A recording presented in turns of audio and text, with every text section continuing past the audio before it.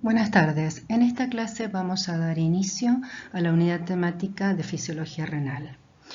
Hablaremos de filtración glomerular, hemodinamia renal y también comentaremos algunas pruebas de laboratorio para evaluar la función renal.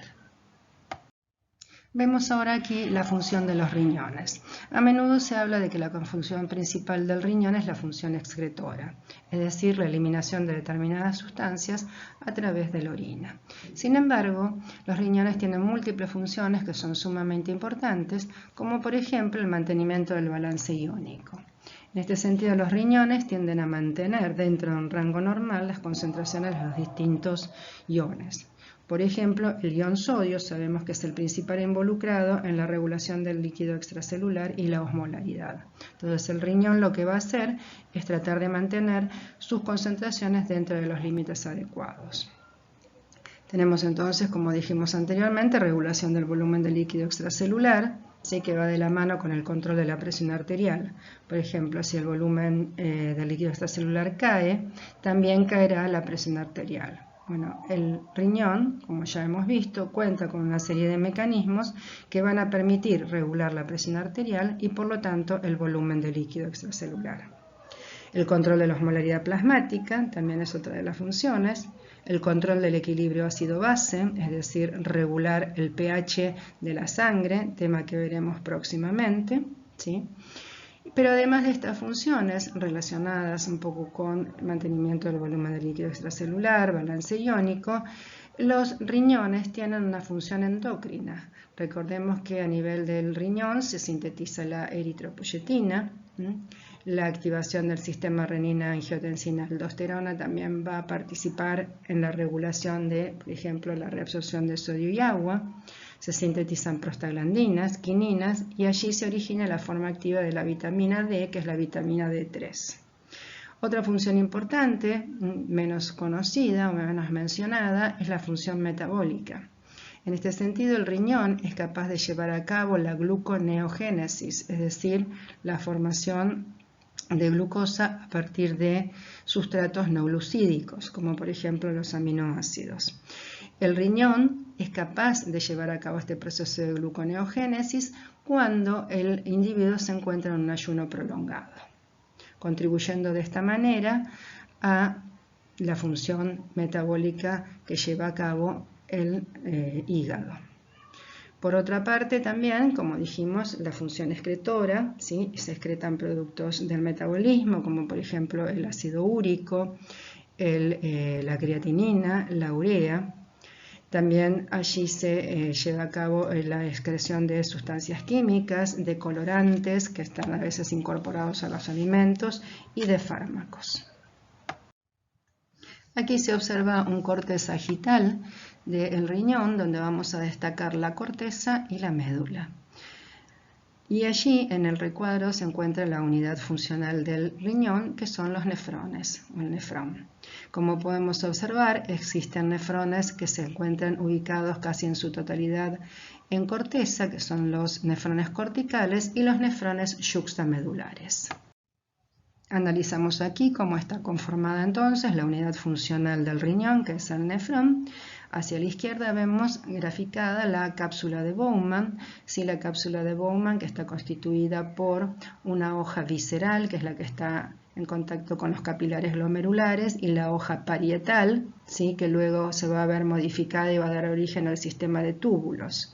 Dentro de la cápsula de Bowman entonces se encuentra el glomérulo, que se origina a partir de la arteriola aferente y termina en la arteriola eferente, que luego va a dar lugar a la formación de los capilares peritubulares.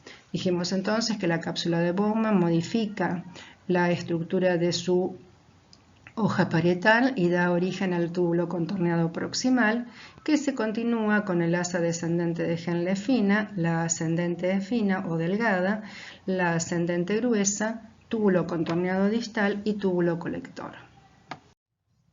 Aquí presentamos los dos distintos tipos de nefrones, que son los nefrones corticales, donde prácticamente toda la estructura se encuentra en la corteza y solo el asa de Henle se introduce en la parte superior de la médula. Por otra parte, tenemos los nefrones yuxtamedulares, que son los representados en la parte derecha de la diapositiva, donde la parte del glomérulo y de los túbulos se encuentran en la corteza, pero cuyas asas de Henle se introducen profundamente en la médula. Es importante destacar que el 80% de los nefrones se encuentran presentes en corteza y el 20% restante lo hace en la médula. Estos últimos van a participar, como verán en clases posteriores, en los mecanismos que van a permitir concentrar la orina. Si hablamos de la circulación del nefrón, vemos que a partir de la arteria renal se generan una serie de arterias que son de menor calibre, que son las interlobulares, las arciformes, interloburillares, y estas últimas dan origen a la arteriola aferente, a partir del cual se va a formar el capilar glomerular, que va a continuarse o va a terminar en la arteriola eferente. A partir de la arteriola eferente se van a formar dos lechos distintos. El lecho de la red capilar peritubular, que va a irrigar a los nefrones corticales, y a partir de la arteriola eferente, por otra parte, se van a generar los vasos rectos, que son los que van a irrigar a los riñones yuxtamedulares. Tanto vasos rectos como la red capilar peritubular confluyen en el sistema venoso renal. Aquí podemos observar un nefrón cortical, ¿sí?, donde a partir de la arteriola eferente se origina el sistema de capilares peritubulares que rodea entonces a todo el sistema de túbulos. Destacamos aquí también la presencia del aparato yuxtaglomerular que vamos a describir a continuación. Bueno, el aparato yuxtaglomerular, como seguramente ustedes ya conocen, está conformado por lo que se denomina la mácula densa, que son células pertenecientes a la porción final del asa de Henle, que son células modificadas, ¿sí? Y esta mácula densa lo que va a hacer a nivel de, al acercarse hacia el sistema arteriolar, va a contactar con la arteriola aferente y también con la arteriola eferente.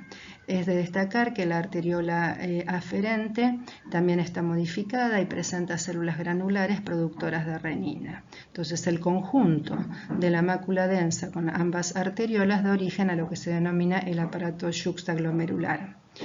Entre arteriolas aferentes y eferentes se encuentran las células Lacy o células mesangiales que van a formar parte, como veremos después, de la barrera de filtración. Este aparato yuxtaglomerular y particularmente la mácula densa sí va a tener una participación importante en lo que se denomina el mecanismo de autorregulación renal, que veremos posteriormente.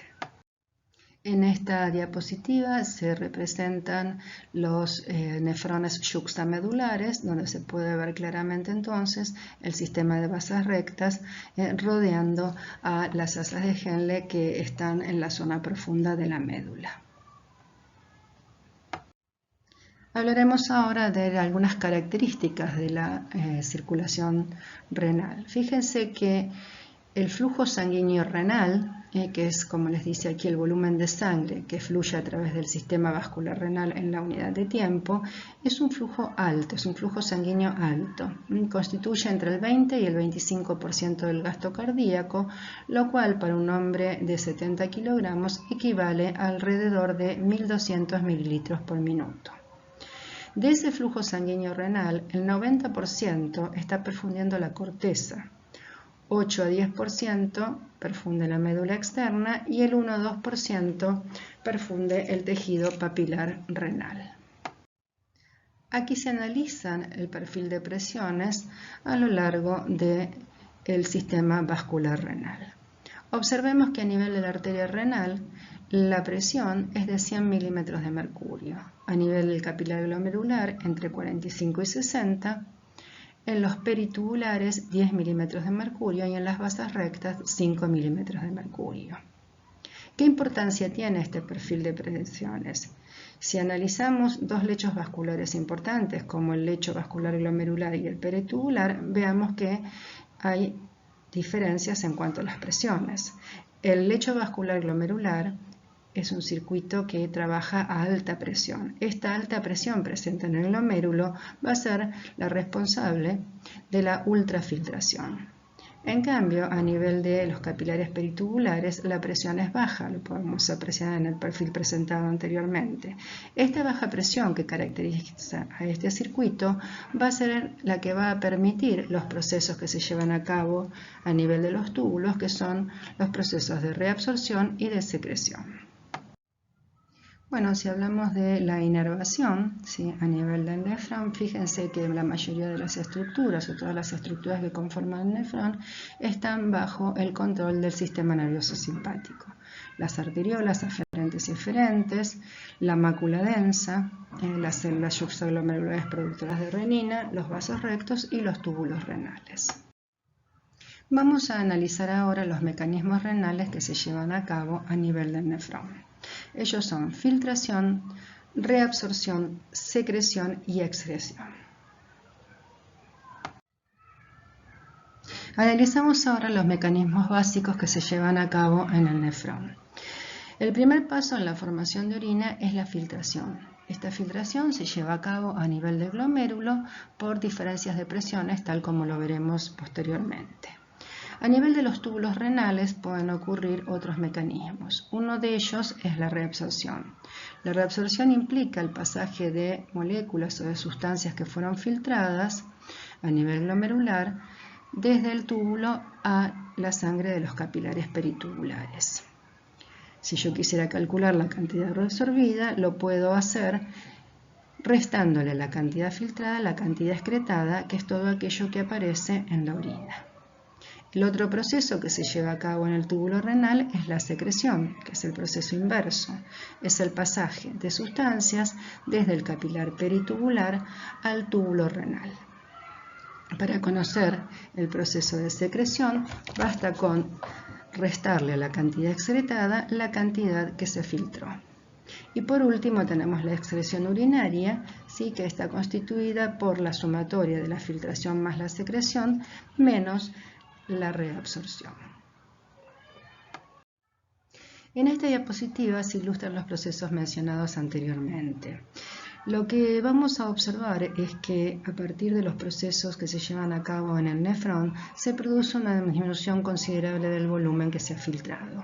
Si consideramos que se filtran alrededor de 180 litros por día de plasma y se eliminan 2 litros de orina por día, es notable y nos está indicando que obviamente entre el 98 y el 99% del líquido filtrado ha sido reabsorbido, eliminándose entre 1 y 2% del líquido filtrado. En la figura A, lo que podemos ver es que lo que ocurre es solamente el proceso de filtración, es decir, una determinada sustancia se filtra del plasma y la misma cantidad de sustancia aparece en orina. O sea que solo ha habido filtración.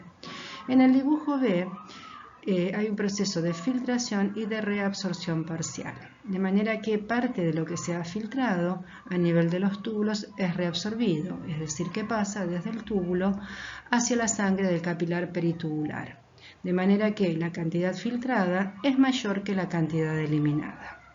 Y en el punto C se lleva a cabo un proceso de filtración y de secreción.